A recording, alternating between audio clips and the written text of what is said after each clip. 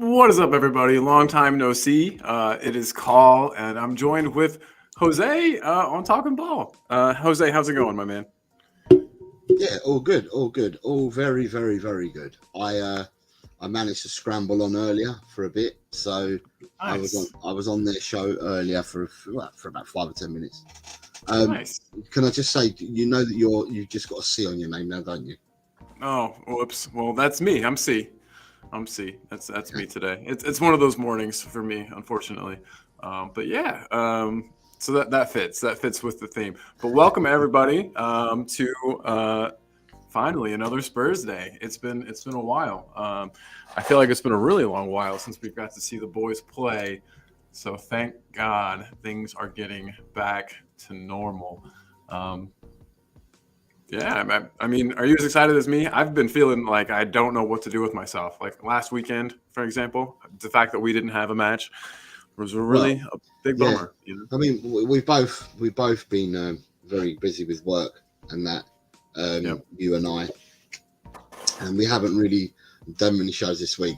The shows this week have been done by Ash and by Ellie this week. They did two shows, one earlier on today and one on Wednesday. But the world has been particularly slow with Tottenham news for the last couple of weeks, and it's been like we've been on an international break, hasn't it, Colin? So it's been very, very slow going, and basically today we'll probably end up talking about what's been happening during the week, which is not much. We're just basically regurgitating stuff that we talked about last week. Yep. Outside of Tottenham, there's been news, but within Tottenham, there's not been much at all. And also, with it being like a international game week, you're like me. I probably presume, Colin, that you've just been itching for Tottenham just to play a game of football, and we've got that today. It's taken us this long to get here since we last played, but we've finally got a game of football. Thank God. Yeah, it's just nice to kind of take you away from real life for a while, and plant you down your happy place, yeah, it's a nice escape. I think that's what football is meant to be for everybody. And so, yeah, very, very excited. And it couldn't be a bigger game. Couldn't be a bigger match. This is always one of my favorite matchups, like of the entire season, no matter what, competition we're playing. It's only City. Exactly. Isn't that funny to say? But man, yeah. I wonder. I do have a bad feeling. I prepared a couple banners, and they're silly ones, but will City finally score at New White Hart Lane? I got a feeling they might today. You don't think? You think we're shutting them out? You think Mickey and Romero? We can talk about the game. We can talk about the game in a minute. But what we'll say, right? So basically, let's just go wrap up the week, and then we talk about today if you want. Right. So wrapping up the week is, Colin. I spoke to you personally about this, and I just said at the start of the transfer window, we never do our business till the end of the season. Well, we signed players in and we've bought players back. So we regurgitate what we said last week. We bought players back players being sent back to us from loan. We have recalled one player back from loan, and all the players that we've called back that were recalled back from loan or sent back to us have been re-loaned back out. The only person that we called back was Divine, and we've re-loaned him out with a better glide path because he's playing a further division up, and he's gone to a manager that managed him in the England under-20 setup. So him and Ashley Phillips are both there.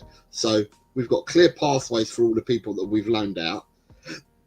With some of the ones we've loaned out, we'd like to have had obligation to buys, but we haven't got that in there. For the ones that we really truly don't want at the end of the season. Then we brought two players in. So basically, we've done all the work that we needed to do. We've been in conversation with Antonio Nusa and his people for the whole week since last week, since we last did a show. So nothing's changed there. We're still in conversations with Nusa. Like any other transfer window, other players their names will appear, then their names may not go away, but nothing's really happened. I think we've just got the window closes next Wednesday. We've actually got a match next Wednesday, but the window closes next Wednesday as well. And then after that, we don't have to talk transfers or anything like that till the summer. So it's always exciting, but then it gets old at the end. You're just like, let it be over. Let's know who we've got and get on with the season. Because we've done our work already, nice and early. We've done our work. Normally, this time of the month, We're all rubbing our hands together. Well, what are we going to get? What are we going to do? When are we going to roll the dice? Well, we rolled the dice and we got snake eyes, double early in the window. So, you know, and that's why we're here today, not being able to give any more fresh impetus on what's happened, because we did everything. Now, if anything does break, then we'll tell people about it. But my feeling is that nothing's going to break. Today we've just got an important match of football to play. And then after that, our next important match is next Wednesday, the 31st of January, which is the day that the window closes. Perfect. Real quick, I just wanted to ask you, I do this thing where I purposefully don't watch like highlight vids of players, especially players like Nusa, because I don't want to get really excited and then just be, you know, deflated whenever he doesn't come. But worth getting excited over? That's all I'll ask. Is he worth getting excited over from what you've seen? I can't tell you that I watched that league religiously. I've seen snippets of him playing in certain European matches, and if there's, you know, if they're showing any highlights on television, haven't gone out my way to look for him. But by all accounts, he seems to be a really, really good player, and one that has a very, very bright future. There's many players that have had bright futures and have not gone to light the candle, you know, to the extreme of what you know, what they were presented as being at the early onset of their career. But in Paratici, the chef, and in Ange, I trust in their judgment of player. Have done ever since they've been at the club, both at different stages, but they're both with us now. And if they are saying that Noosa is good, he'll be good for us, then I'm not disagreeing. Yeah, no, and you mentioned seeing him in European matches. I feel like with players like that, that's the best litmus test that you can have. You know what I mean? Because their leagues are arguably, or not arguably, I guess, not as strong as the Premier League. So seeing them in European matches against other top European clubs is probably going to be your best litmus test. But then again, a certain Ndombele looked very, very good with Lyon against City, was it? And we all know how that turned out. So one match or two matches does not a great player make. But yeah, hopefully we get him over the line if he's wanted by Ange and by Conte and everybody. Wow, I said Conte, Paratici. But hopefully, but a team he plays for, Colin, in Belgium, team he plays for, you'll probably see you see him in the Champions League or whatever European competition they're in. You see the 6 group games, because generally them teams don't get out of the group, so you can't really say, okay, I've watched him 6 times. What you need to do is, for any player, they're judged on what they do in a season, not in 6 games. So therefore, you know, to say we've watched snippets of him, it really is snippets. Unless someone's out there watching the Juniper League, it really will be snippets. Not me. Yeah, definitely not me. So yeah. Fingers crossed, though, it works out. Fingers crossed that he's a good player and he's as promising as everybody thinks. And yeah, the purported fee doesn't seem anything crazy. I think like 36 million pounds, maybe. That's How cool much? with me. I think so. It might have been euros. It very well could have been euros. So if that's the case, then it would be considerably less. But yeah, guys, we have a tiny bit of housekeeping to do that I just completely skipped by. We've got some new members of La Familia to tell you about today. Taigaro has become a YouTube member today. Big up, Taigaro. Taigaro in Australia. Yeah, Taigaro is a supporter of many channels. He's a good lad. I've seen him on Mia's channel. I've been on with him on Mia's channel and the members shows. Taigaro's come on camera and that and been on. So I know Taigaro. Cool. Well, hey, if you ever want to come on our show, man, let us know. He's a good supporter of the Tottenham shows. And we also got Tony Rodriguez from Sweden. Whoa, Tony Rodriguez from Sweden. Tony Rodriguez, who has a South American surname and is in Sweden, based in Sweden. That's awesome. You get around, world traveler. Well, Tony's another supporter. I see Tony quite often pop into Tottenham on tour. Big up Tony. Thanks for becoming a member. He's another one who supports a lot of the channels as well. So thank you very much to Tony and to Taigaro for becoming members today. Yeah, truly appreciate it. And keeping with the theme, we've got another member, Cosmic Sean, saying big up with Familia. Shawnee, he's excited. He messaged me yesterday and said James Madison's back. So he's getting pumped up. And then Audio Artisan's in the house saying afternoon, chaps. Afternoon, buddy. Pramvit Singh, hey guys, how are you? Well, good, Pramvat, good. I'm saving, and you've got Nita, another member. Hi, Nita. Hi, Colin. How are you? Hope you're well. And then you've got Daniel Lee in the house saying, I would like to announce, out of respect to Jurgen Klopp quitting at the end of the season, we will play the replay match. So he's so desperate to play. That's funny. And the first question, because you can fire questions at us. And what I wanted to say to you guys that are watching, and even if you're watching playback, if you don't ask us questions now and you don't comment now, after the show finishes, if you can leave comments and make suggestions, then it'll be really good, because it does help the channel. So the after comments, after shows, does also help the channel as well. So that'd be interesting. But the first question we got, before we go into Tottenham, and I'm only going to talk about this once, and Pramvat's already brought it in, is, by the way, your thoughts about Jurgen Klopp leaving Liverpool and how it would affect other Premier League teams. Colin. Well, great question. It does kind of, one thing that I guess the timing of it has been pretty good for us. I was reading in a group chat, I don't know which one of them it was yesterday, that, that Postecoglou has kind of reached his pinnacle, or what he thinks of as like kind of the pinnacle of management. He's always wanted to manage in the Premier League, but I do know that he was a Liverpool supporter, or is one, or has been one, or whatever. And so I was slightly worried that maybe in the future, if Jurgen Klopp were to leave, that maybe they would approach him and he would be tempted by, the prospect. But since it's happening this early, I definitely cannot in any way see him leaving after one season with us. So I guess that's kind of one good thing, is that I don't think they're going to be looking to Postecoglou as his successor. I don't know if they ever would have, to be honest. They do play kind of a similar style, like to both be on the front foot, attack. We're not quite as pressing as Liverpool have been. But, yeah, I mean, it's definitely going to affect things. Liverpool have been in kind of a rebuild phase, and I think that Jurgen Klopp has done a pretty good job, seemingly, of helping them, guiding them through that. And I guess it's kind of just like a job done kind of thing. He's tired, job done. He's seeing them through this rebuild. And then it looked like they had their eye on Alonso as their next manager. Is that what you've heard also? I'm not saying the bookies. Yeah. They always start a book when something like this happens. And the favourite on the book at 13-8 is Xabi Alonso. Yep. And then Pep Linders, who is his assistant, who will be leaving with him. Pep Linders has been put in at 3-1. And then the third favourite is Steven Gerrard. I mean, it's just a book that's been opened up. But, at the end of the day, none of them three, the first three in the betting, may even become the manager. It could be someone totally different. But, the book's open and people are putting 2 and 2 and coming up with 7. That it's definitely going to be a Liverpool person, in the sense of an ex-player, or the assistant manager.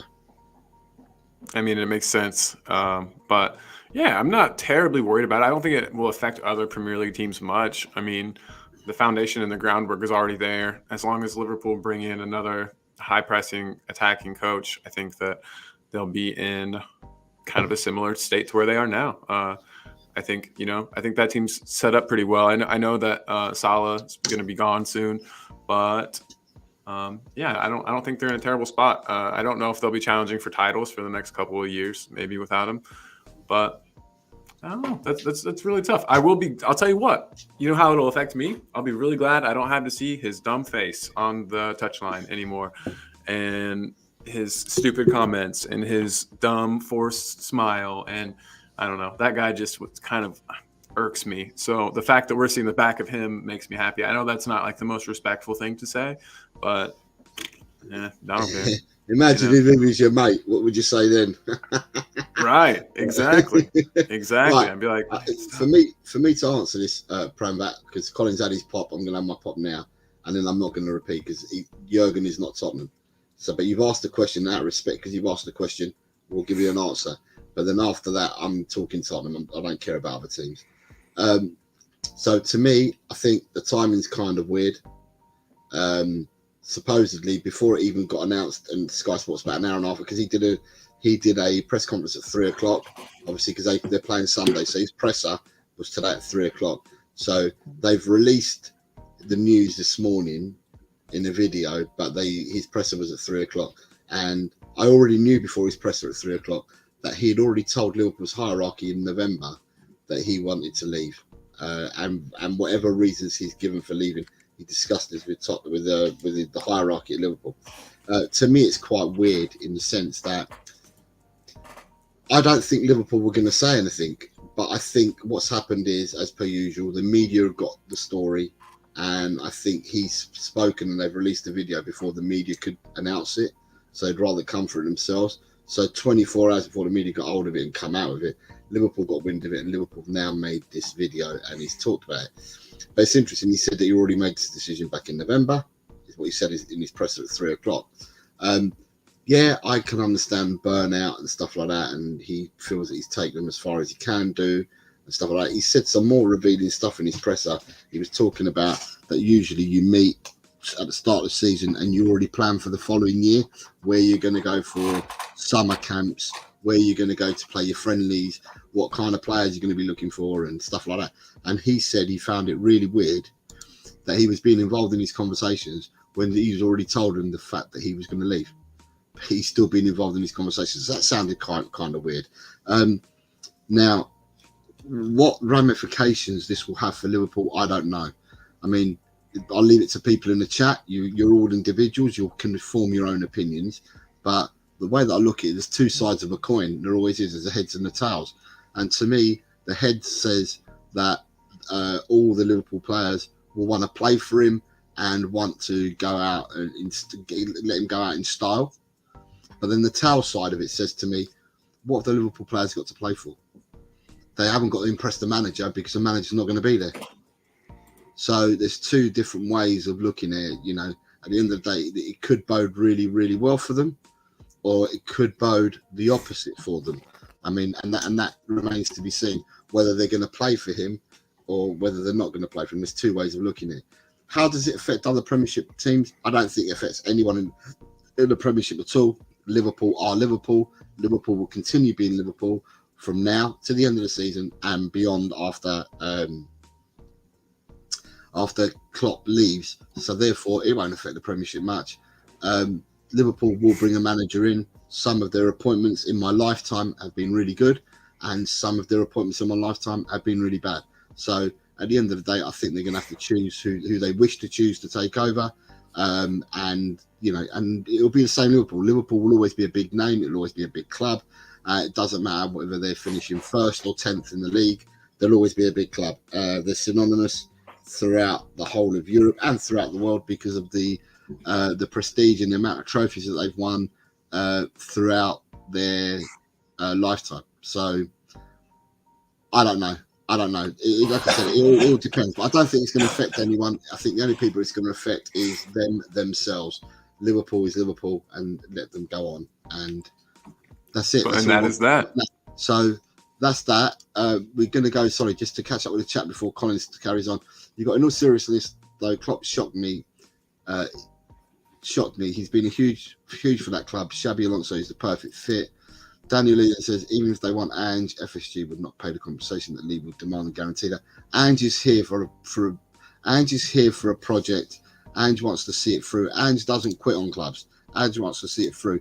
If anything, we would be wanting to hang on with Ange after 4 years, not be looking to get rid. So he ain't going nowhere. Dekaru, good evening, Dekaru. The talk of Ange being a Liverpool fan isn't a thing to worry about. Let's not forget that it was City that signed him up in Melbourne and then took him to Japan, where we did to steal Ange from City. David Clark saying hello from Leicester. Yes, David, what's up? Adrian is saying good evening. Adrian will be at the match tonight. Adrian, wrap up warm. I know it's not as cold as what it has been, but wrap up warm and enjoy it. And when you sing an extra few decibels for us here at Talk and Ball while you're there, mate. Yes, sir. Quez Ali, big up. Much love to the Talk and Ball crew. Good evening, Quez. And Talking Beer is saying big up, y'all. Big up, Mr. Beer. Talking about Liverpool again, and then another one talking about Liverpool again. I said that we weren't going to go on about Liverpool, so then we've got Carl Simpson. Good evening, Carl. Hello, mate. Long time no see. How are you, Carl? Hope you're all well, mate. Anyway. Yep, Right. yep. As the saying goes. Pravat says, I don't know, but I think that Liverpool will fall off this season because of the psychological effect that players will have after Klopp. Liverpool won't be the same, man. Daniel Lee says, let's move on, not talk about them. Pravat says the performances might be the same, but Klopp has become their identity. Sorry, David Clark. I'm trying to get sorry. No fan can describe what immense pressure is on these world-class coaches. Nobody sees the hours the men put in to successful clubs. This man needs a break. The Premiership will be losing a lot. Yeah, he's good, but because in today's time, when you think of Liverpool, you think of Klopp. Yeah. What happens when you think of Tottenham? Who do you think of? And then, all right, now about Tottenham. Yeah. And we're not even gone to the predictions part of it yet, but we have got the magic man in the house. The magic man in the house, Christopher Peters. What is up, Chris? Hope everything is good for you and the fam, Chris my is man. an OG of talk and ball in every shape, way, and form. And we'll allow him this because we haven't got here yet. But Chris is saying, afternoon, gents, 2-1 tonight. Come on, you Spurs. So Chris is getting in there nice and early and giving us a prediction. We haven't even got to that stage yet. But Chris, we take on board whatever you say, pal. And we'll take that.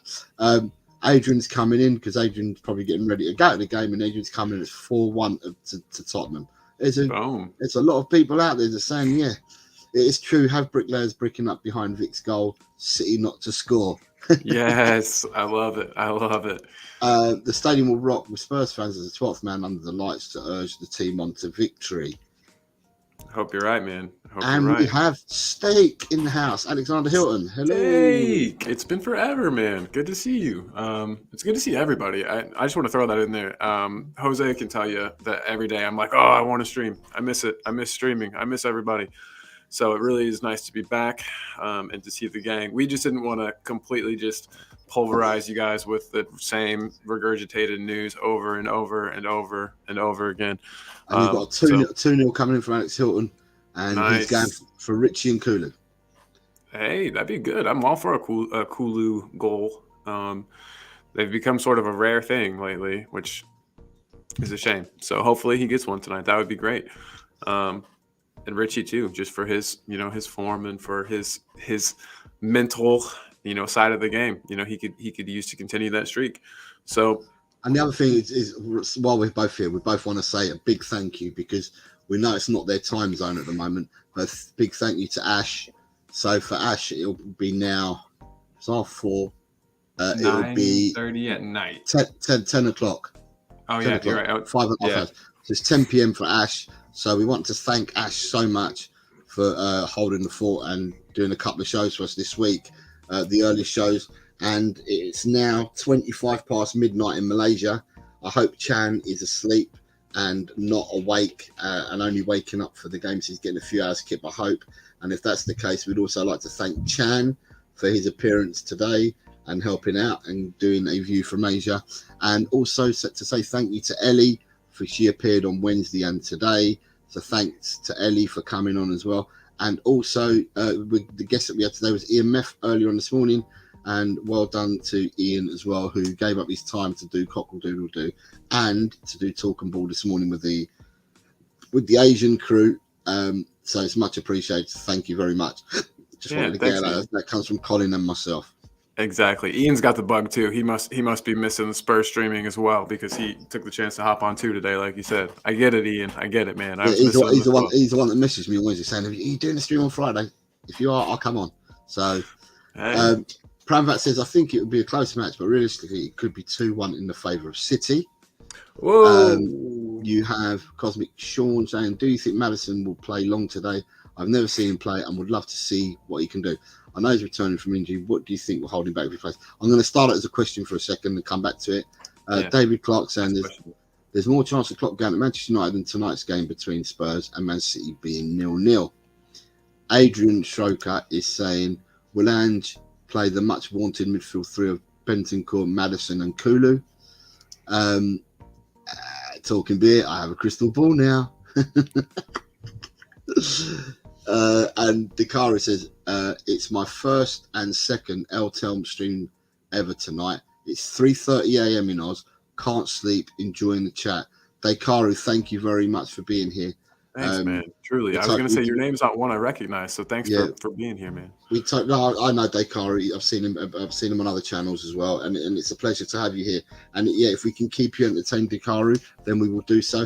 And like we said, we like to engage with people that chat where we can. So if you've got any comments or anything you want to say, by all means, and we'll try and get out and read them all. We will try and read out everybody's, but the preference will always go to members. But we will try and read everybody's. And then you've got Pramvat saying, don't get me wrong, guys. I think it could be anyone. I'm not a City fan. On the contrary, I am a United fan. Pramvat, like, you should know this already, my man. We don't have issues with anyone from any club at all. The only thing is, this is a Spurs channel, but we will not be derogatory about any other side. And we welcome supporters from all teams to come into our chat, as long as everyone's respectful to each other. Keep repeating this all the time, but that's what we're about. And so you enjoy yourself whilst you're here, mate. There's no issues whatsoever. Absolutely, right. Man. Kick off your shoes, stay a while. Yeah, I'm going to go back to Cosmic Sean, and he says, right. So, Colin, do you want to go? Do you want to go first on this one? Yeah, I actually was gonna put this up too, real quick. So this kind of goes together. But my team has got James Madison. We hope. And you know, we know that he's returning from injury. We know. Let me. Sorry about that. I want to get Sean's comment back up so everyone can see what we're talking about. Boom, you're the man. So I think that we definitely will see him, and I think there's a good chance that he starts, but comes off early.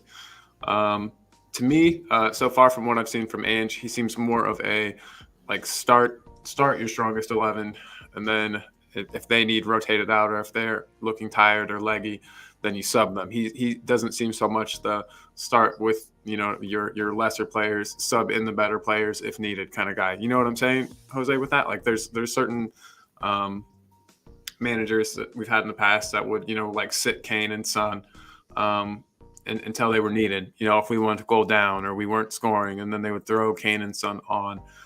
From what I've seen from Big Ange so far, it appears that he's kind of the opposite of that. He likes to play the big guns, the heavy hitters first, straight out the gate, and then if needed or if possible, sub them off. So I think that we'll see Madison play today. It all depends on his fitness. And see, I've kind of been under a rock, and as Jose alluded to earlier in the show, working and moving everything over to the new house and stuff. And so in the press conference, does he speak much about Madison's fitness?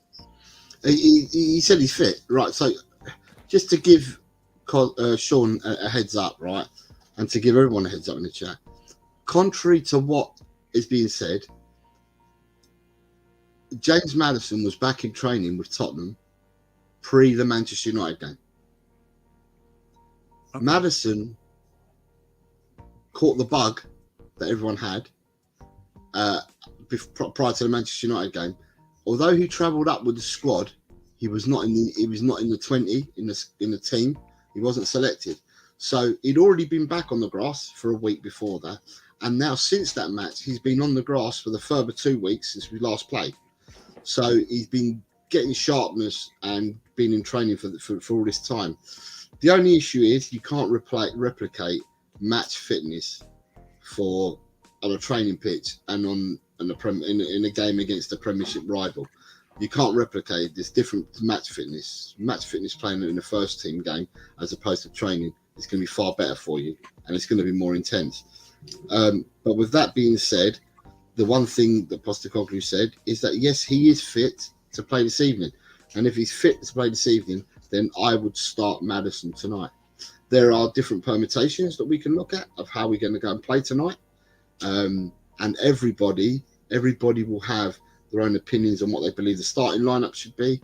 But I think that the starting lineup could be one of lots of different ways, because we now have a team of players that now that we're getting more and more of them back fit and available, it gives Ange a headache or it's either a headache positively or negatively, whereby, you know, he's got changes that he can make, and he's got players that play in different positions. So I trust in Ange. Ange will pick the best side for tonight, as opposed to when we played Fulham in the League Cup earlier in this season. We've done the tried and tested, played the shit, which we did, and we've done the tried and tested, went out of the cup, Most of the players that played that night are no longer with the club, and have been moved on. So at the end of the day, I think that tonight it will be he'll put a strong lineup. I would go as far as saying the only two players that we're missing tonight that would probably improve our starting 11 will be Son and Sarr, and they're away for obvious reasons. But just to give you about Maddison, Sean, you said, do I think he'll play long today? You've never seen him play. Would love to see what he can do. Return from injury, right? So what I will say is that he starts the game. He gets a minimum of about 60 minutes into his legs, because we're not looking at Maddison for tonight.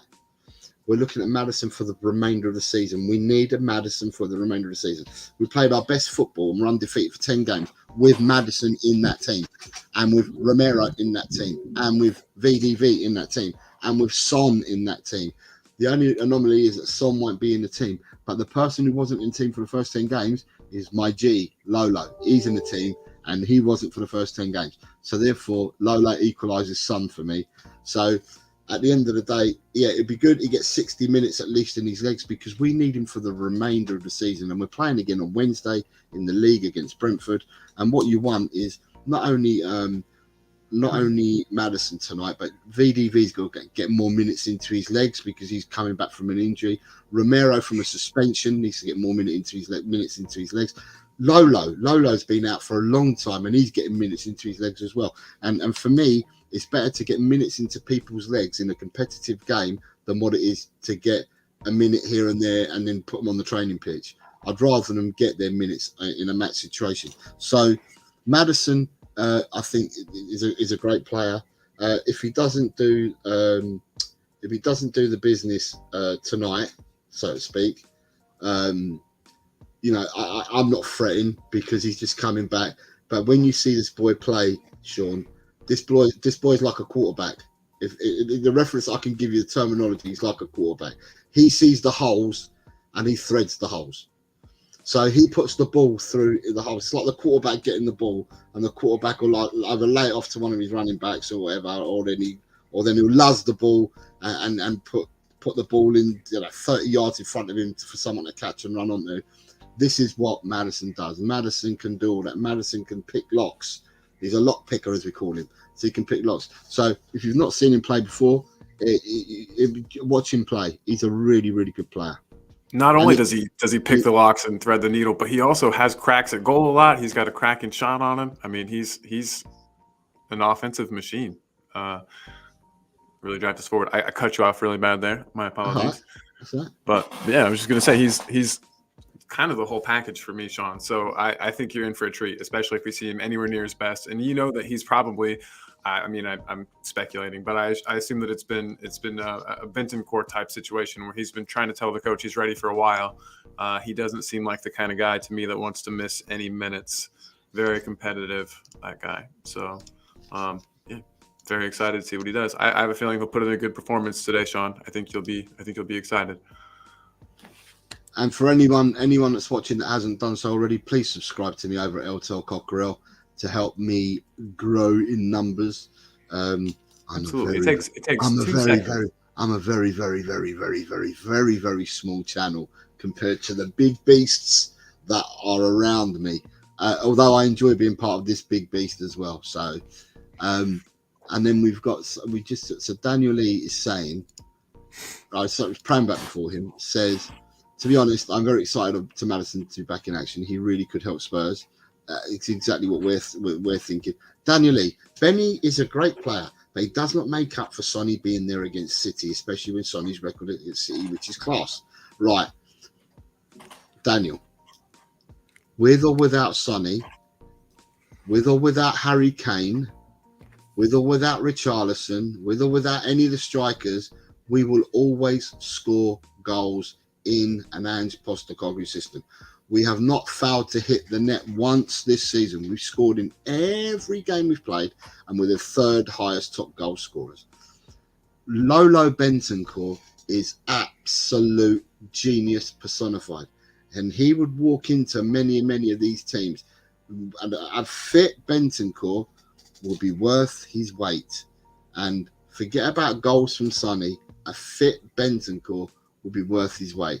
And I'm so happy and so over the moon that this player is in our team and he's come back from injury and we want him to grow, because I've said if he has a good second half to this season, then this bloke everyone will be raving about him as being a world-class footballer, which I believe he is. But because he hasn't played so much this season, the argument could be, we ain't done nothing. So I want to see the second half of the season, and I want Bentancur to have his rightful place on that throne. He's a world-class footballer for me and walks into any team. So, and then you've got Tot Spurs is here. Hello, best Tot mod Spurs in the world. What up, Tot Spurs? And you've got a thank you from Sean for the insight. Oh, of course, bro. Thank you. But yeah, I was gonna say, of course, Sonny's gonna be a miss. Sonny, like Daniel pointed out, does like to score goals against City. He does it with great regularity, but it's fine. Like you said, we've got lots of strong players. We've got a strong squad. We've got a manager that plays on the front foot and gets all of our attacking players involved. It's not just the Son and Kane show. And obviously, I know Kane's gone, but it's not that the Spurs team of years past where we relied so heavily on one player. I think we now have the luxury of being able to rely on all of our players. So I like this, Colin. Sorry, before moving on, I like this because we've got another starred question here. So you go on to it. It's from Audio Artisan. There we go. What would you say to Danny Olmo as a marquee signing? I think his versatility and ability would be perfect for Ange Ball.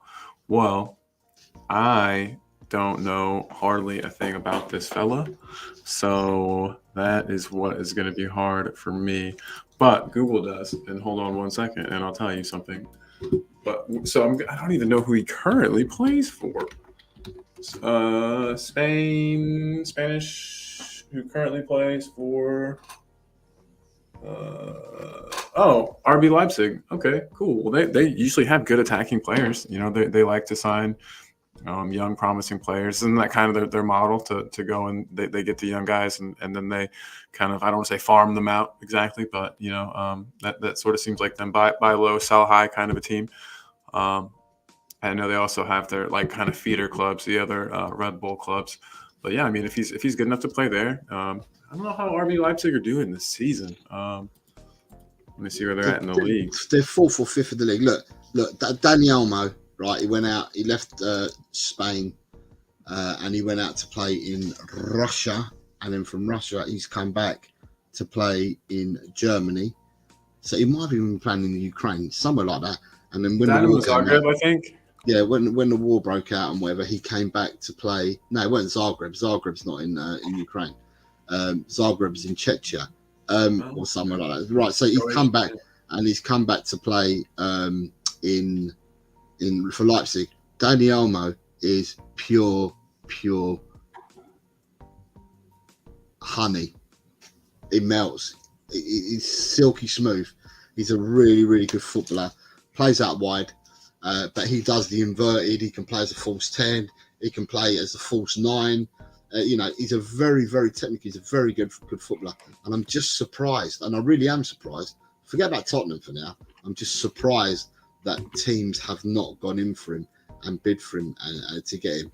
I think his stock has risen since he's gone to Leipzig. He was a good player before he went to Leipzig.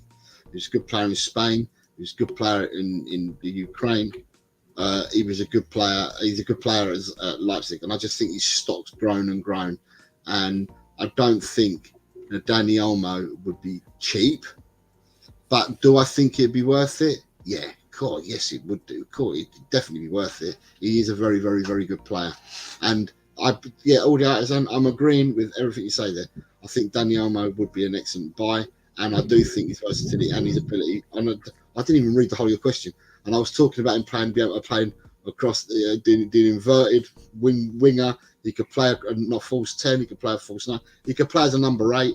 He's a really good player. And I agree with your comments. And I think he would be a good signing. Dekari, comment down only because he's awake, so we're going to have to entertain Dekaru. Got a few hours till the game. And Dekaru's saying, the thing I love about Ange and that is going back to when Ange won the Asian Cup in 2015, is he throws the players forward so anyone can score. You defend the goal scorer, it frees up someone else. So what he's saying is if you mark the goal scorer, if you mark the 9, say, the goals will come from another part of the pitch.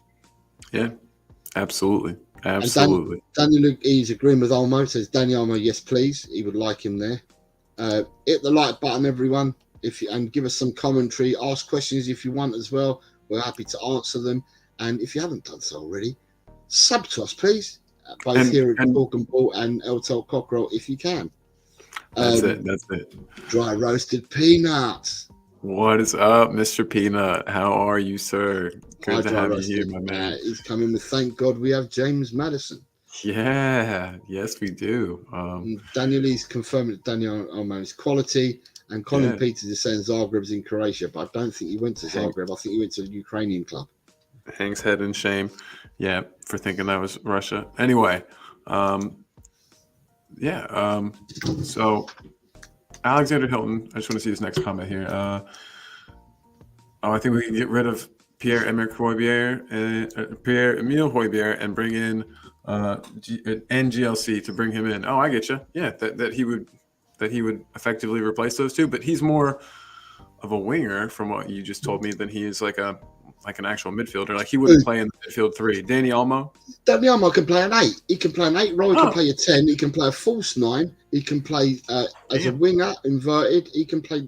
Mate, the geezer's a good footballer. Do you know what? Do you know what? You guys are actually right. He's played for Dinamo Zagreb. Hey, Google helped me out. I wouldn't have known anything about it. Yeah, see, he started out at Espanyol. He was then at Barca in the academies. He left the academy for Barca to go to Zagreb in 2015. Played 2 years for their reserve team, Zagreb 2, for their reserve team. And then he was promoted to Zagreb's first team, where he played 80 games with 20 goals. And then he was bought by Leipzig in 2020. And he's played 92 games, scored 15 goals. And for Spain, he was in the Olympics team, which I knew that. He's played for Spain under 16s, 17s, 18s, and 21s. Played for Spain's Olympic team, and currently has 32 international caps with 7 goals. And he's 25 years of age. Yeah, he's not. I checked that too. Not old, not too old. Just kind of probably hitting his peak. So you're right. He was at Zagreb in Croatia. He's a very good player. End of story. I'm not going to go away. He's a very, very good player. Yeah. Daniel, you're saying that we nearly signed him in 2020 before he went to Leipzig. Interesting. I never know whether to believe any of those we almost signed X, Y, or Z. I'm like, well, I don't know. Have we signed Leandro Di Maio? Did we sign him or not? We either did or we didn't. Yeah, exactly. I'm still waiting on Leandro Di Maio from Brazil. Apparently, they're still in talks. They've not agreed a contract yet, but still in talks. Oh man, good joke, good stuff. This is something that Alex posted. I just want to get this up. The feeling from Noosa's camp is that he'll play for Spurs next season. One more Norwegian set to play in the Premier League. Oh yeah, so he was going to be one of the ones I remember too that we and then he's again saying it's a tier 3 source, so just take it with a grain of salt. Sweet. He was another one of those players where we were talking about deciding to loan him back, right, to his parent club, so that he could get some more minutes under his belt. Was that right? Is this Noosa? Yes, it is. Yeah, Noosa. Yeah, listen, right. I've got no reason to discount that Noosa is not coming to Tottenham in the next few days before the transfer window ends. I've got no reason to say that he's not coming. The tiers, Alex, you're reading the 3rd tier source, but there's 2nd tier sources and 1st tier sources that are saying that at the end of the day, we're in the final throes. Terms have been agreed and paperwork's have been agreed. An agreement's been agreed that he'll be loaned back and he'll stay there till the end of the season. There's just the little tiny things to do, but this is all but done, is what is being said at the moment. And I have no reason to doubt it. Unlike some of the links that we get with players, with certain players, where I think to myself, it's clickbait, it's nonsense, it will never happen. With this one, this is not clickbait. This for me can happen and should happen and will happen. With some other players, you get with your Talibos and people like that. I'm thinking to myself, and your Jimenez, where I like it or not, all these type of players, yeah, jog on. You know, you're making it all up as you go along. You're trying to get clickbait. If any of these players are going to come to Tottenham, it will be in the summer. It won't be now. So stop clickbaiting people. At the end of the day, Noosa is not a clickbaiting one. Noosa is someone that I believe that we will get. It does, and with that signing, it makes me excited with how much we seem to be revitalizing kind of our front line. Right. You know, I need to ask a question before. Sorry, can I just ask a question? Right. Dry roasted peanuts comment here, right? Dry roasted, you need to answer me back, right? And tell me, right? It says, Jose, how did I know ages ago that Haaland would be playing tonight? Am I an ITK? Can you tell me, Dry roasted peanut, where you first heard me say this? Because I've got a feeling I know where I said this, and I got battered by the person on the show who just kept turning around and saying, would you know? Would you know he's playing? And I said from Tuesday of this week, I said, Haaland is not going to be playing against Tottenham. I even said it on Monday. He will not play against us. That's funny. I had this as a banner. To Dry roasted peanut, can you confirm to me where you heard it? And right where you heard me say it, and then I'll confirm where, because I know exactly when I said it, and I know on whose shows I've said it on. Well, I've not said it on these shows. I put it in the comments, and I got absolutely pelters for it. So yeah, I think you must have been watching the show that I was writing all this about, and I was getting pelted for it. You've got Bobby K. Bobby, good afternoon, Bobby K. How are you, mate? I hope everything's well. I hope Mrs. K had a fantastic birthday and that you treated her top shelf, you and the boys. Well done. Yeah, absolutely, holding Canada down. We've got a very international chat right now, and I'm really loving it. I was hoping Chang would show up so I could say to Chang, his country, Malaysia, his home country, the country where he lives, they held Korea to a 3-3 draw. That was quite a match, I'm sure. They did. He did a watch along on Spurs Asian TV. Oh, nice. It was him, Eugene, Elias, and there was one other fella. They were all doing. They did it yesterday. They did a watch along. Sounds like a blast. That was probably a really good time. Okay, right. So just let me say hello to these people and then come back to this, because Dry roasted peanuts confirm what I thought. Right, Dakar saying, if I was a footballer in Europe, the thought of joining Spurs for next season would be very, very tempting. Everyone can see things happening here. That's exactly right, Dakaru.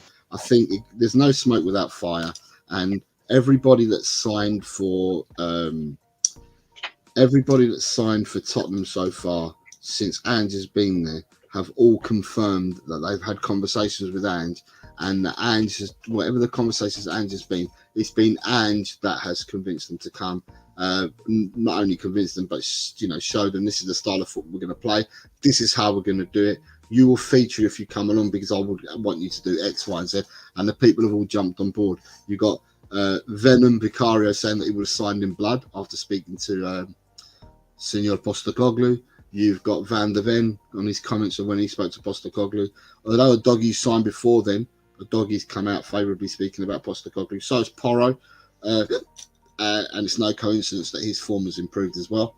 Romero's spoken about. So even players that were here prior to Postecoglou coming, they've all spoken to him and they've all said the same thing about Postecoglou. Then you've got Maddison saying that Postecoglou said to him, whether you sign for us or not, it will be a different Tottenham you see with me at the helm. At the end of the day, your eyes don't deceive you. Now, we live in a world with AI and we can get all the stats under the sun, but your eyes are a good judge of character as well. Your eyes, unless you've got failing eyesight, you can see what's going on. And by watching the way that Tottenham play football, who wouldn't be excited from coming in? And then you sprinkle a bit of dust, i.e. Pastor Postecoglou being there as well. Well, that's going to double your chances of coming, isn't it? It's not only the football we play, but we got big Ange as well. Hell yes. So it would be tempting. Right, so you've got people saying hello to each other, and then Dry Roasted Peanut has said, I think you said it on Alan's show, or maybe it was Jacob.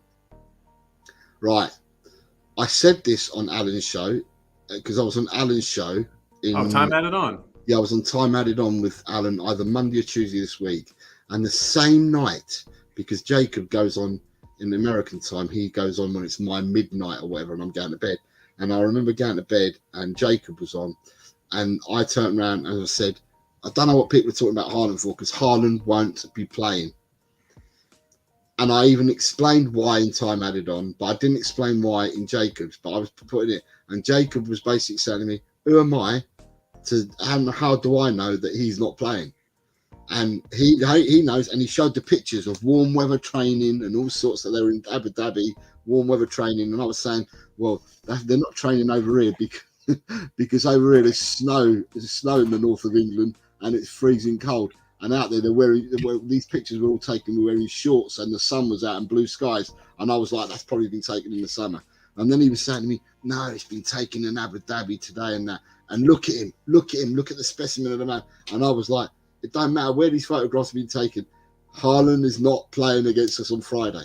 So, right, the reason why I knew this is because there is a group that I'm involved with for a good reason, and the group that I'm involved with gives target dates for when players are going to come back to play on the pitch, not from when they'll be available. So although Haaland was back in training on Monday of this week, with his injury, the foot injury he's had, it's not cleared up enough for him to start playing competitively football. So I knew at the start of the week, yeah, he started training, but he would not be playing.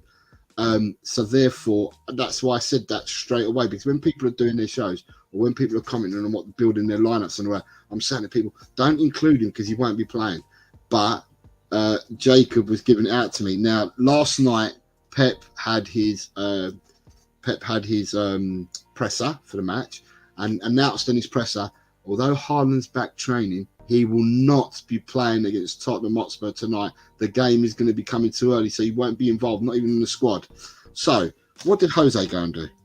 Jose went looking last night to see whether Jacob was on, because Jose was going to leave a comment for Jacob, but lo and behold, Jacob's show wasn't on last night. Didn't have one last night. So I couldn't let Jacob know the good news that I was right. I couldn't let him know that. So I'm going to have to see if I can hunt. I'm going to see if I can hunt Jacob down today, find out where he is, and whatever show Jacob's on, I'm just going to put a little reminder. Is Haaland playing tonight, Jacob? What numbers he wearing? What positions he playing in tonight? So I'm just going to remind Jacob. Yeah, Jacob's all right. He's a good lad. But yeah, don't doubt the G when he starts talking, man. Because when I talk, there's a reason behind it. There's a reason behind it. Yeah, I learned my lesson. No doubting from me ever. So you are kind of an ITK though, to answer Dry Roast Peanuts' question. There, you kind of are in the know a little bit about some things. Well, I have to know these things, and I'm not going to. There's a certain reason why I have to know these things from all the teams, because I'm in competitions that I play, and it involves Premiership footballers. So therefore, in order to have my teams and my lineups, I need to understand who's about and who's not. So it's in my interest to try and gain this information. That's why you're so good. That's why you're so good at the predictions league. Oh my God. It's all coming together now. All the puzzle pieces are fitting together. Right. Dakar is saying, I only wish we had an Aussie player in the EPL. Nothing now. We'll just have to settle with Ange and the new Spurs women's side. Charlie Grant. Once upon a time, there was, Dakaru, a Premiership that did have a few Aussie players in it.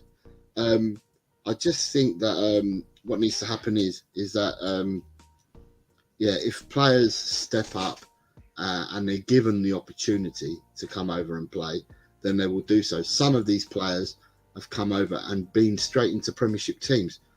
The Aussie players that I can remember, your Team Cahills, and that they came straight into Premiership sides and played here. But some will get picked up by Championship teams, and then will come into the Premiership after having a season or two in a Championship side, and then end up coming.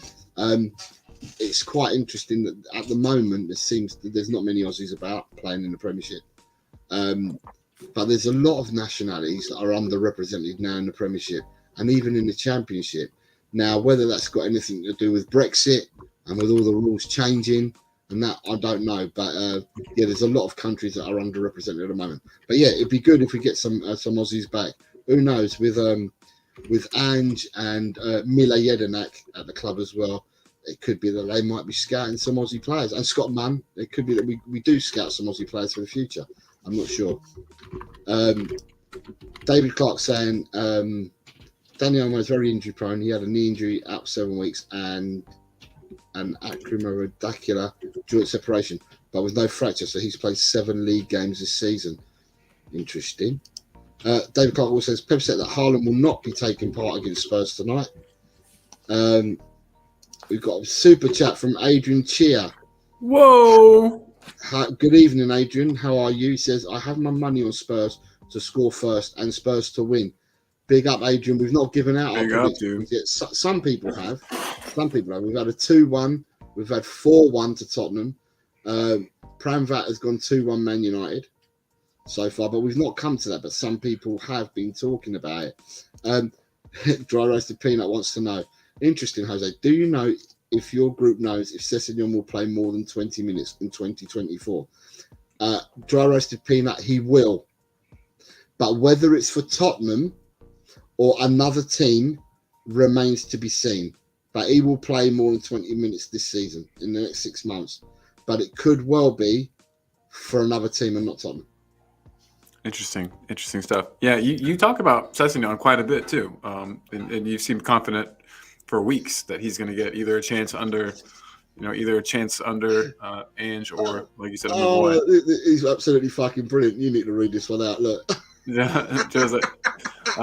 I just sent it and clipped it and sent it to Jacob. Don't listen to him. Americans know nothing about football, or Canadians. They should both stick to hockey and baseball. Oh, wait a minute. Love it. Yeah. Go on, Bobby. Go on, man. Yeah, I get told to stick to baseball a lot, unfortunately, which is funny because I never played it, but I've played soccer or football forever. So if David Clark says, if that's the case, David, Olmo's contract is up in June 2024, then we need to be all over that. He's in his last 6 months, which means that this month after the 31st. Well, no, it means he's already entitled to start speaking to foreign clubs already. But then you can tie him into a deal after the 31st. So it'll be after next week. You can start talking to foreign clubs, but actually tie him into a deal for the summer after the 31st of January. But I've got a feeling it won't be just us. I've got a feeling it'll be other people will be after Olmo as well. But Olmo, I wouldn't say no to having Olmo at Tottenham for definite. Talking beer saying, do I think Palace was poached Jedinak? I don't think they'll poach Jedinak, talking beer, in the sense that he's only just started out in his coaching career. He hasn't coached with anyone of note until now. And it's a bit like Ryan Mason. Ryan Mason has had a few stints and he's part of the coaching team.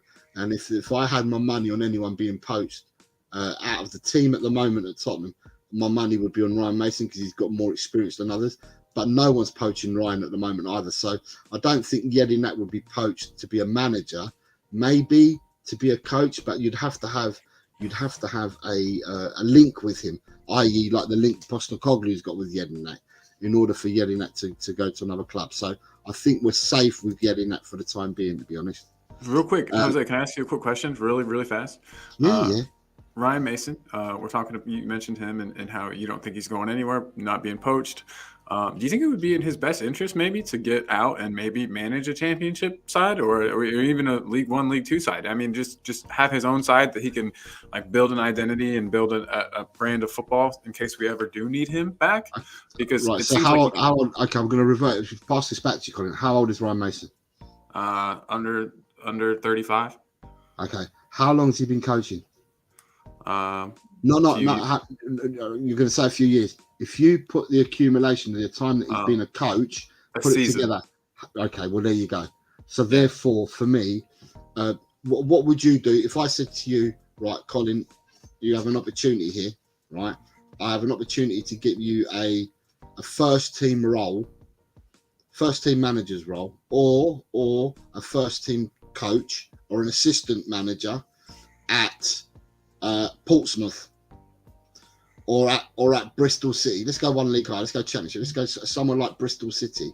Or do you want to continue being taught under the tutelage of Ange Postecoglou and get some more under your belt?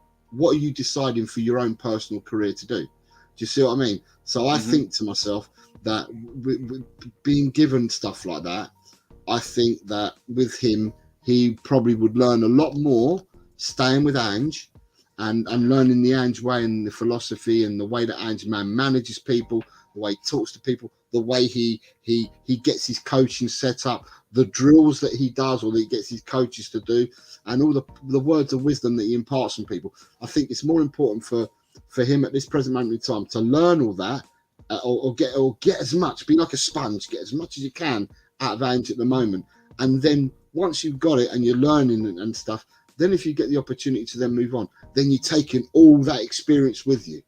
At the moment, I don't feel that he's got too much experience because being under Conte, all right, because Conte brought him in as a coach, and being under Conte, where Conte brought in reserve players and the under 21s and stuck them like traffic cones, doing nothing.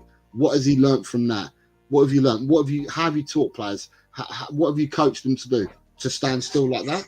You know. So I think for me, if I was in his shoes, I think I'd gain more out of learning from Ange than what I would do about taking an opportunity elsewhere where I may not be ready for it yet.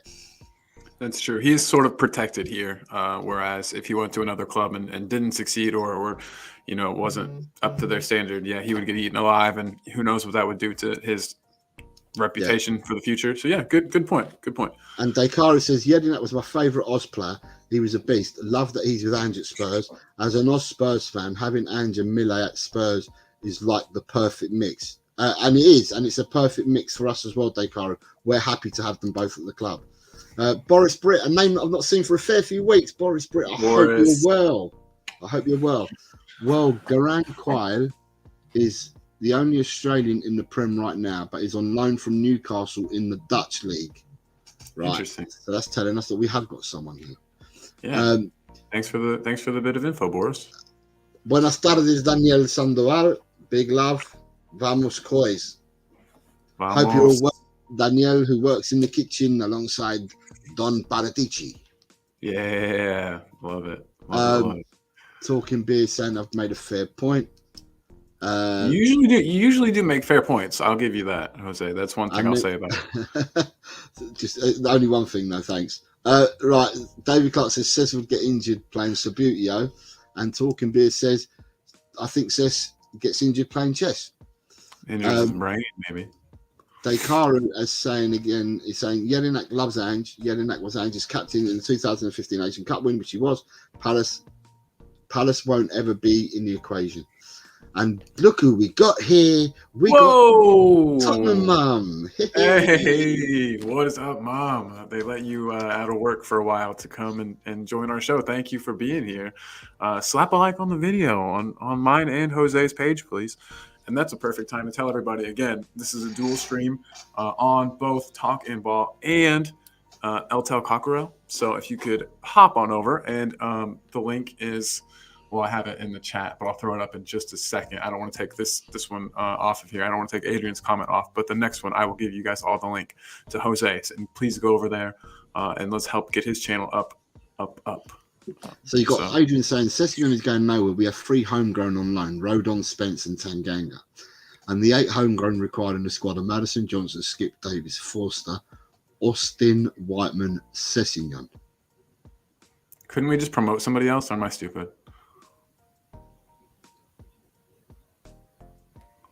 They'll have to be over 21 to promote them.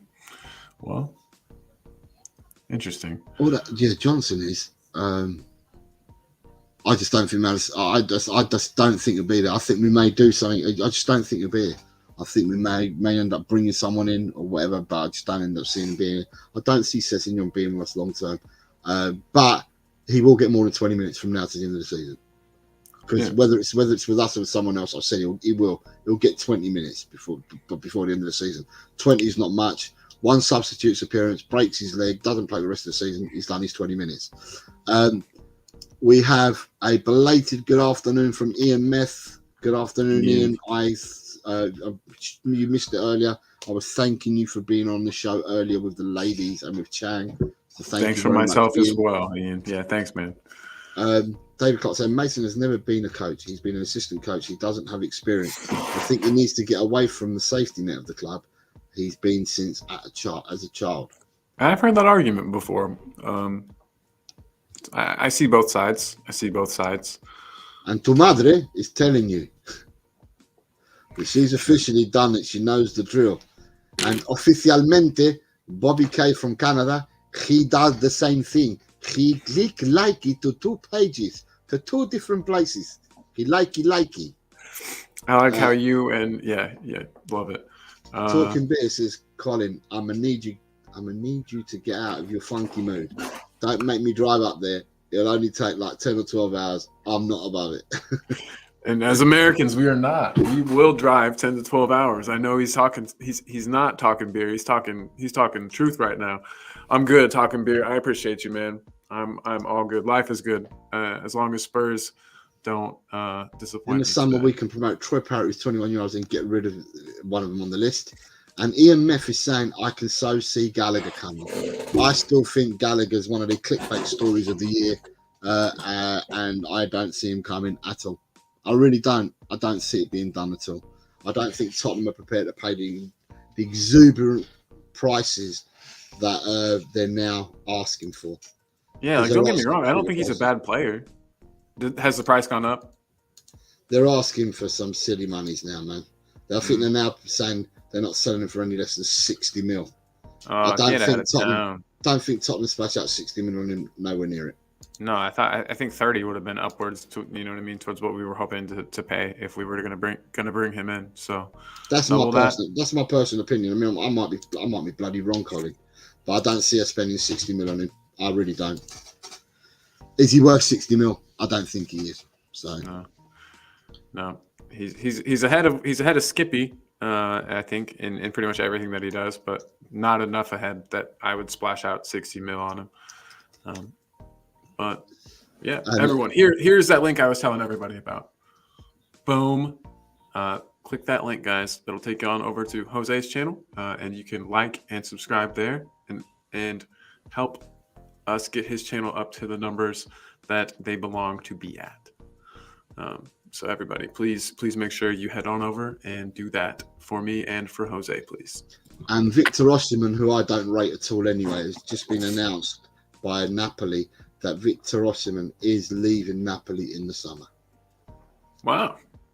You say you don't rate him at all? No, I don't rate him. I think he's as clumsy as they come, to be honest. I don't rate him. Yeah, I don't rate him. I don't think he'd be coming to a team like Spurs anyways. Doesn't seem like he has his sights set like I think there's better strikers out there, to be honest, for me. So I think Jose will understand this. Coming from a country like Australia, this is from Dakar, I think Jose will understand this. Coming from a country like Australia, Canada, or New Zealand, you have to fight so far above your weight to make it in sports like this. Ange and Mille are steel. And Ian Meffer said, whoops, I'm not sure why. Bobby says, was that your Indian accent, Jose? Sí, señor, fue mi acento indiano, que me gusta hablar así. That was good. Dakar is saying, massively disagree with David's comment. Mason stood up to the crazy tactics of Jose and Conte. He's learning from the likes of Ange. He's still learning. And Ian Meth has said, I think it's to do with sustainability. If they have to sell, they sell. I've got no argument with you at all, Ian, that if they have to sell, they sell. I just don't think that Tottenham will be spending 60 large on bringing him in. That's all. I don't think that they're going to spend 60 large on bringing him in. David Clark says, my prediction for what it's worth, because I only get 30% of my predictions correct, is Spurs 2, Man City 2. Romero with a late equaliser, if not Vicario coming up with a late goal. Jesus Christ, if you want me to have a heart attack and die, somebody call me and check on me if that happens, please, because I might be laying out on the floor having a heart attack. And Julie's been watching too much Harry Potter, because we don't talk about this stuff, Julie. We have not, since we were on 500, we've not talked about this at all. But Julie says, Talking Ball is getting close to 900 subs. If you're watching and want to get involved in the chat, subscribe now. It's free. Look at that promo from the mom. You're the best, Mama. I appreciate you. But yeah. Well, if we don't get other people promoting it, we don't. So. Yeah, absolutely. Good point. Adrian says there isn't time left in the window to do a deal for Gallagher, who I don't want. Our recruitment team will be given up would have given up and moved on to possible targets apart from Antonio Nusa from Club Brugge. Bobby K, that wasn't bad, Jose. Sounds more like Spandian, though. Yeah.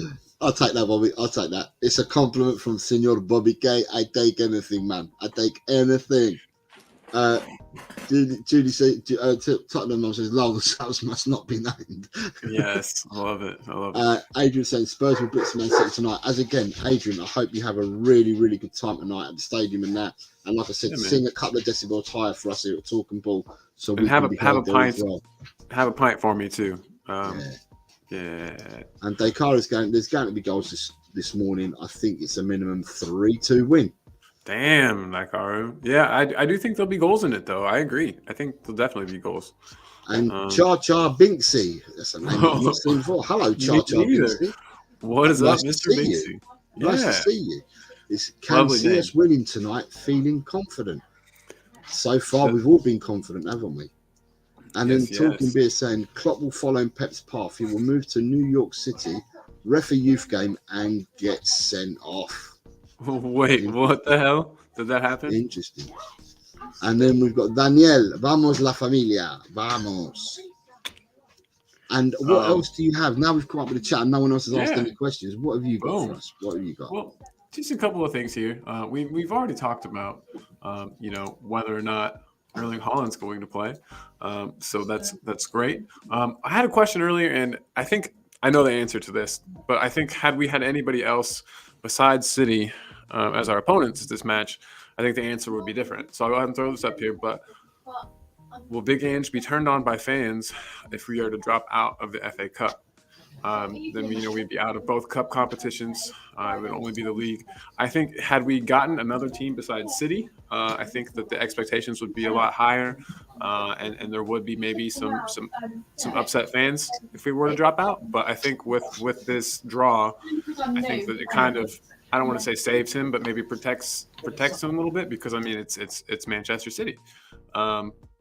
But I just didn't know if we left the other cup competition, pretty in a pretty crappy way, and I just didn't know if you thought maybe fans would get kind of upset, think maybe that we're not, I don't know, taking it seriously enough.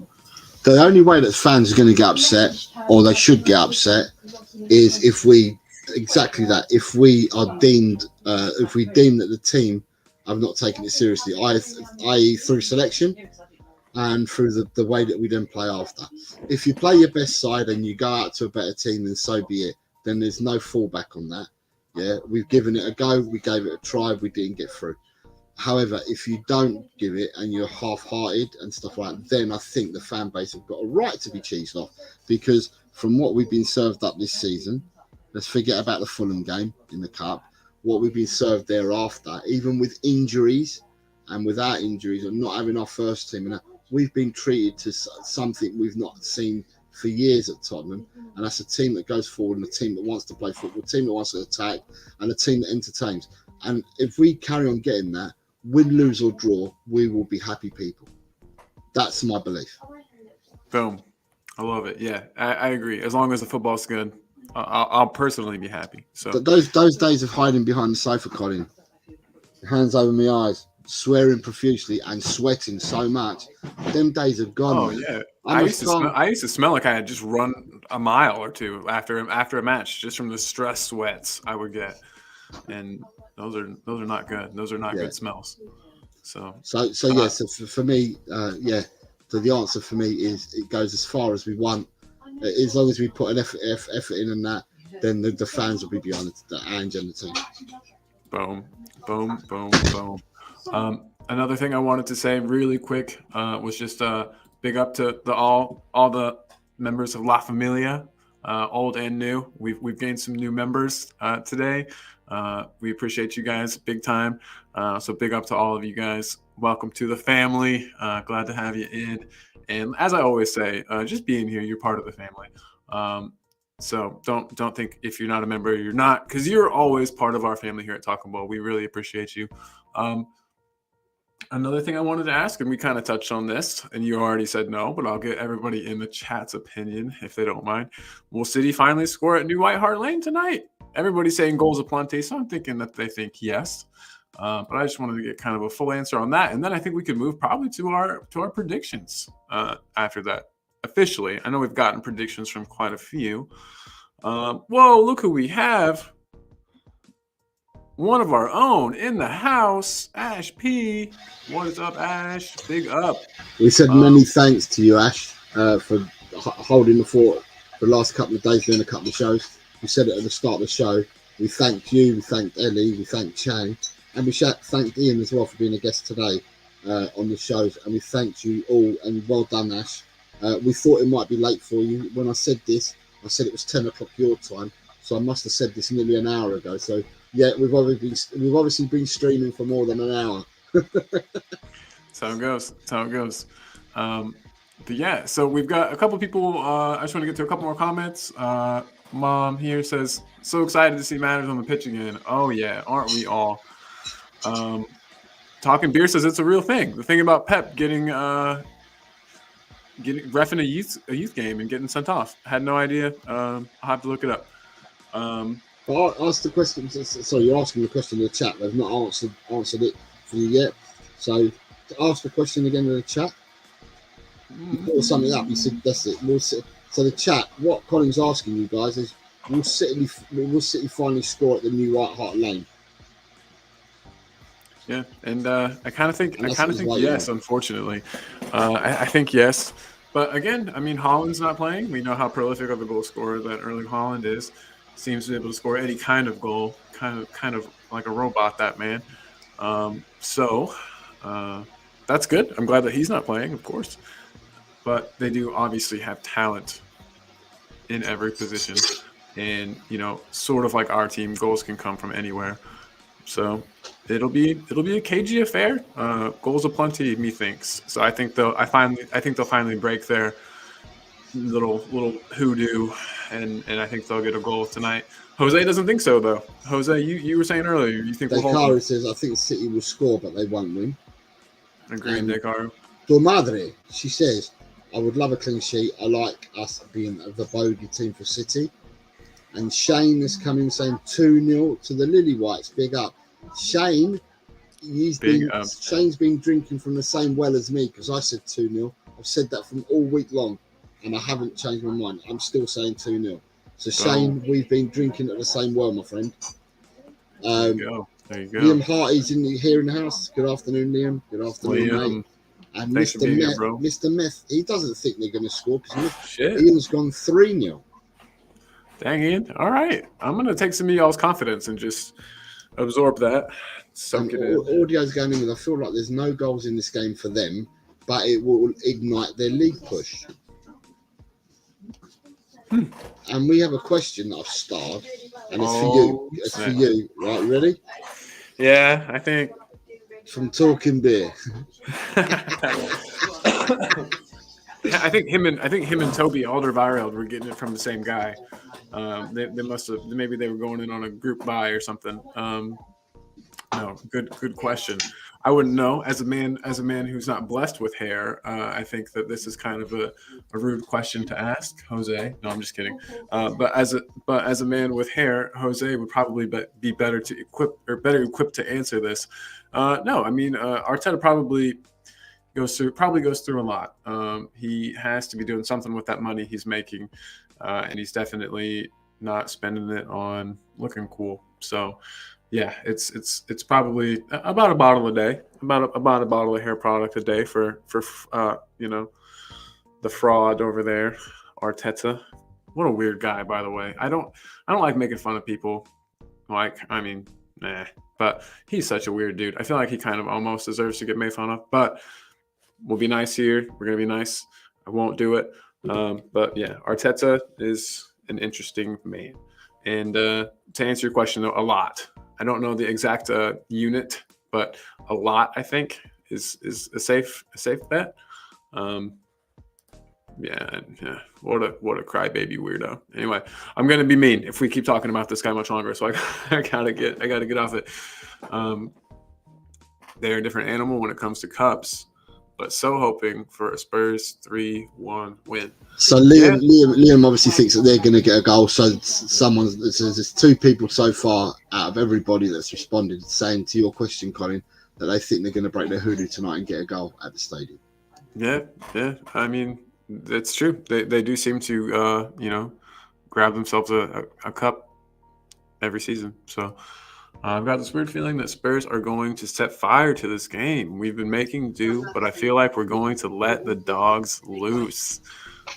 Hikaru, I hope so. Hikaru, I really, really hope. As I said, obviously you've watched Ants for years, Hikaru, and you obviously hear the same as what I do. The same with your ears, you hear what I hear in his conference presses, that he turns around and says that so far defensively they've done and they're exceeding what he wants the team to do defensively. But as an attacking team, we're not doing things that we need to do in the final third quickly enough. We're not doing it often enough.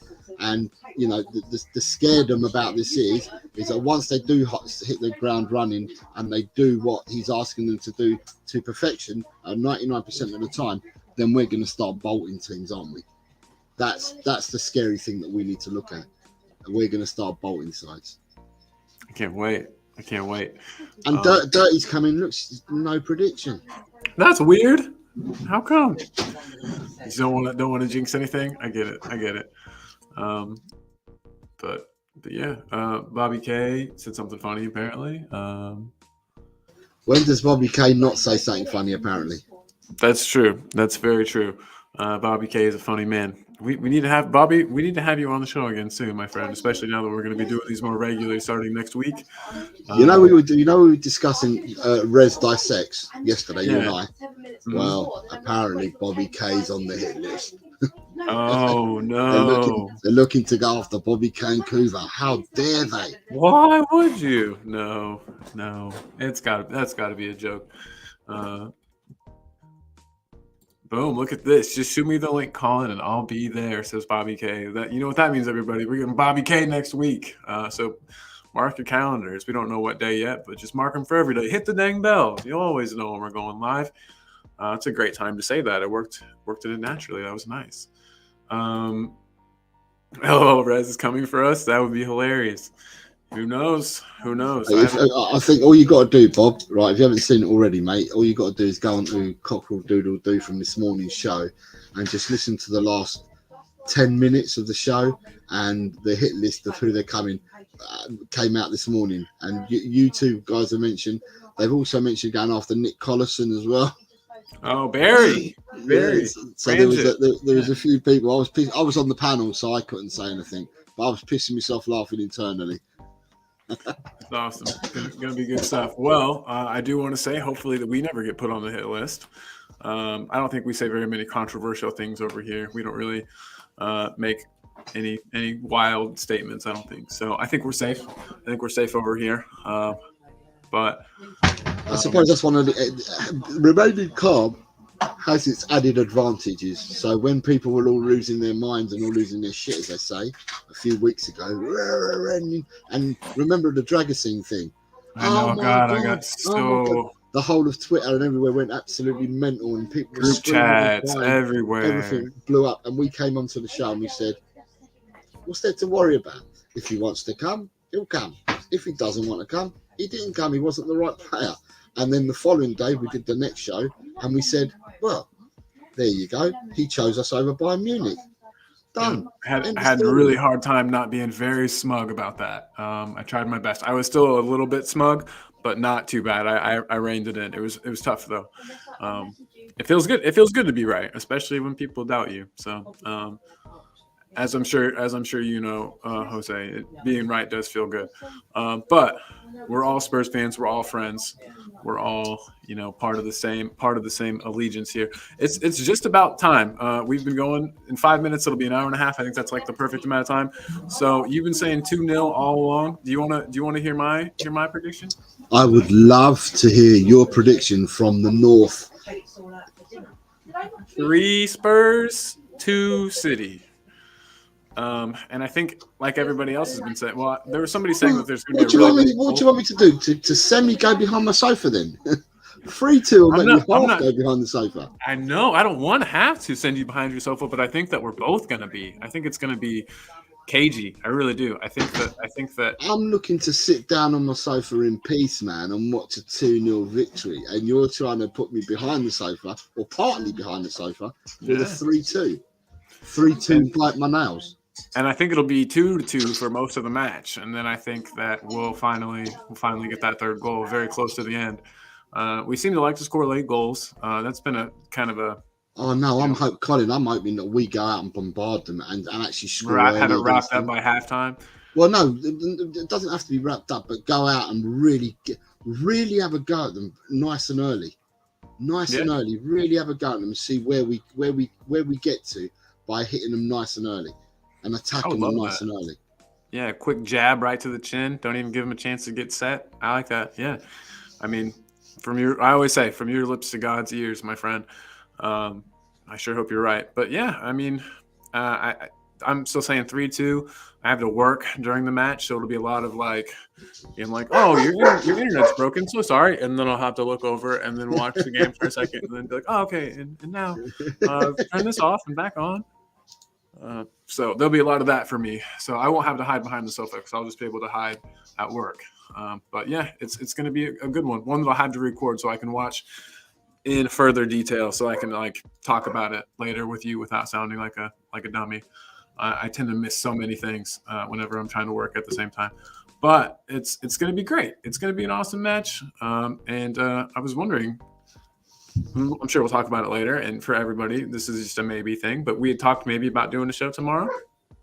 Yeah. I think we should. A quick one. Regardless, win, lose, or draw. Talking ball should be here. But yeah, guys. Sorry, I'm shaking off some rust. It's been a while since I've done one of these, so my transitions haven't been quite as smooth as they are some days. And I'm also still not feeling 100%. I had a little bit of whatever bugs going around. I think the bug from Spurs Camp made it all the way to my house over here in North America. But guys, I just wanted to thank everybody for tuning in. And we got predictions. And I haven't got predictions from everybody, I don't think. So if there's any more predictions in the chat, let me go through those. But I think we've got them all. Mom, did you give a prediction if you're still there? She says, though, players back from injury, rested. Our fortress, we got this. I love it. I think that's just about a score prediction. So boom. Bobby K says 2-0. And then Adrian Stroke is pointing out that Arteta's a little bug. Yes, he is. He's not the kind of bug I've got, thankfully. Man, if I had Arteta, that'd be bad news. Bobby K says 2-0, 2-0, 2-0. Love it. And then Talking Beer says Spurs to win by 90. He's got his crystal ball out too. That would be quite the match, sir. I might phone up Guinness World Records right now if that's going to be the case. Ash, Chris Peters again says Timo Werner last minute winner. Jesus, that would be awesome for the guy. Can you imagine what that would do to your confidence? And then we've got Ash saying 1-0 to the mighty Spurs. And then also, of course, and I'm going to pull up. Whoa, words are hard. Both are here, but please support me and Jose. Sorry, Jim, I've done it wrong. Look, I put a question mark after com. I've just typed it in wrong. Can you type it? Can you type it in again? The reason why I'm saying it is because I've not been looking at where we're getting the people through the comments, because on here in the back we can see everyone's comments for both channels. I've just gone over to. I've just popped into Eltel Cockerel, and Dekaru and Jar Jar Binksy are there making comments. So I've just tried to put this in there. So Dekaru and Jar Jar Binksy, if you're still over at Eltel Cockerel, join us on this link as well. Oh yeah, sorry, I put it the Eltel one up again. Yeah, so if you can put the Talk and Ball one back up, join us at Talk and Ball. Forget the link I've just put in there; it won't take you to it. Yeah, so Dekaru. Yeah, the reason why Dekaru is because we're dual streaming it, but I've come into the back room of Talk and Ball, so I can still see my channel, but I'm doing it from the Talk and Ballroom. So if you want to see everyone else's comments, because we're reading yours, if you want to read everyone else's comments, join the link there that we've just put in. Although that link's not gone to my channel, it's only appeared on yours. I'll have to put it in now. Oh, I'm so sorry. It's all right. You carry on talking. Okay, yeah. So guys, just was gonna say, there is 3-0 to Spurs, says Mom. She said it earlier. My bad, Miss Julie Sievers. 3-0. Bobby K is asking again. Did he mention that he sees it's gonna be 2 for Spurs and 0 for Man City? I think you didn't, but I'm glad you just now did, Bobby. We've got Chris telling Ash that he loved the show earlier. Watch on playback. Pity her electric went all good now. I didn't know your electric went out. That must have happened towards the end, obviously. But yes, it is back. Good deal. Glad to hear that. Yeah, and DeCaro says it's all good. He says he's too tired to click links. Happy to just listen. Well, DeCaro, we appreciate you, man. So real quick, tell us: are you staying up till the match? Are you going to get a quick nap in? What are your plans? And then here it is. Please subscribe to Colin and both of us here at youtube.com/at talking ball. It just means that you get to see both of us. Bobby, is that link you've put in? Is that the actual link that will get you to 3 Spurs Boys? Because if it is, then also support Bobby at 3 Spurs Boys. Yeah, I bet I can. That link will take you there. It just looks. That link does, yeah. Okay. Yeah. So Bobby says, yeah, support Bobby at that link at the 3 Spurs Boys. They're only 9,062 away from 10,000. Thanks. There you go. Hey, one small step at a time. But the interesting thing, Bobby, when are you next on? Because I wasn't sure. Are you next on next Friday? Because you've changed from Saturdays to Fridays now. So is it next Friday you're doing your next show? Because you do it once every couple of weeks. And the boys don't do a prediction one for the FA Cup, do they? So I don't presume that the boys will be on till the middle of next week, probably predicting. Well, I don't know. When are the young K's on doing the predictions for next week's games? Yeah, if you let us know, then we can plug you for you. Boom. Absolutely. And then we got Mom saying, so happy to see Spurs again. Too long of a wait. Truly agreed. She and I talked last weekend. We were just like, what do we do? Like, what's there? Is that the last time you spoke to your mum was last weekend? No. I talked to. I'm really lame. I talk to my mom like twice a day. Don't tell anyone. That's not lame. It's good to speak to your mum, even if you don't live with each other. It's good to speak to your mum every day. It's good. That's not lame. It's good. Thank you. It's good. I appreciate you, man. Thank you for that. Yeah, she and I are homies. Daikaru has clicked onto Talk and Ball. And he said it seems he's not too tired enough to click the link. Thank you very much. I hope that we're keeping you entertained, because I know we're still 2.5 hours away from kickoff. So I hope we're keeping you entertained. Some coffee. You're gonna need an energy drink, a Red Bull, something for you there, man. I don't know what energy drinks are big in Australia. I'll have to look, but you're gonna need one. You were supposed to be last night. Okay, the kids are next Tuesday, so. On 3 Spurs Boys, Bobby K's, the young K's in Bobby's family do a prediction shows themselves. So that'll be next Tuesday. And Kuva and Bobby will be doing their regular Kuva and the Gang show, and it will be on Friday nights till the end of February. And then it'll be back to Saturday. So yes, if you're going to support them, it's adult content for most of the time. So yeah, subscribe to the channel, to the 3 Spurs Boys, if you want to be entertained with adult content and adult humour, and it's not for the faint-hearted, but it's a really good watch, and you'll get into it and you'll just have laughs aplenty. So yeah, get over and support Bobby at 3 Spurs Boys, Bobby and Cooper, and his sons. All at absolutely. The 2 mini Ks. Real quick, Dekaru says he's off for some sleep. Dekaru, thank you for joining us. Enjoy your nap, buddy. And yeah, come on, you Spurs. Talk to you next time, my friend. Enjoy your sleep if you get any. But yeah, if you do get him that Recaro, I hope it goes well, and I hope that we can. Well, we all hope that the boys put on a show for us, and that it's well worth watching. Absolutely. And guys, that is just about time to end the show. We've got through everything I wanted to get through. We got predictions. I got to talk to all of you beautiful people who I've missed so much this week. And Jose as well. I talk to Jose quite a bit, but I don't see your face all the time. So it's nice to see you, buddy.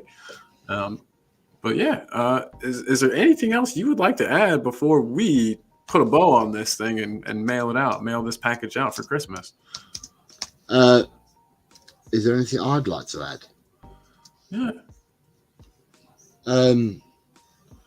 As I said at the start of the show, I'm looking forward to it because, we've been away and it's like being on International Week. We've not seen any football.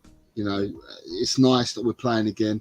I said on the stream earlier, I was on Cockle Doodle Doo earlier on this morning, and the one thing is that we like to remain consistent, or I do remain consistent, and I talked about just wanting us. I don't care what other people do. I don't care whether fucking Haaland plays, doesn't play, cuts his ponytail, chops his toenail. It doesn't bother me what other people do. At the end of the day, all I care about is what we're going to do, and I maintain that all the way through. We need to look after ourselves and not look after others, and by looking after ourselves, I'm just looking forward to the match tonight. We do what we need to do and what we want to do. We walk away with a victory. End of. There's nothing more to say. Boom. I love that. Very concise. Like I said, puts a nice bow on, I think, everything that we've had to say here. So, guys, everybody in the chat, all of the members of La Familia, we appreciate everybody. We appreciate all you guys. We appreciate, we got a super chat today. Let me pull that all back up here really fast on our way out. There was definitely a super chat here from Adrian Chia. Thank you very, very much for your kind super chat, my friend. And then we got, at the very beginning, there were 2 new members. I just wanted to highlight those guys real fast before we head out here. Tigaro down in Australia, who's a supporter of all Tottenham channels.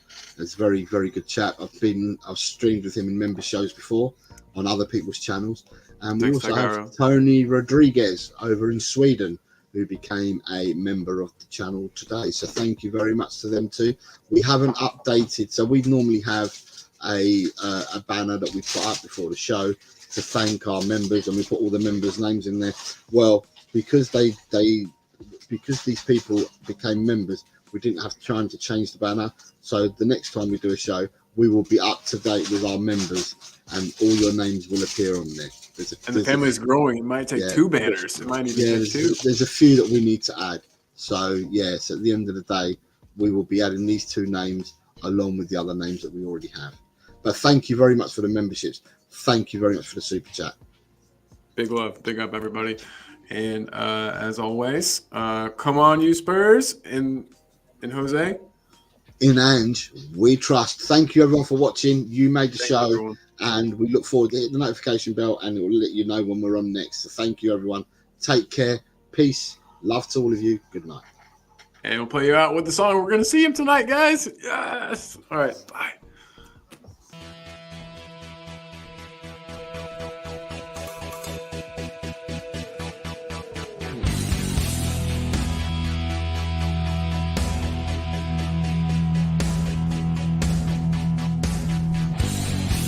My team has got James Madison.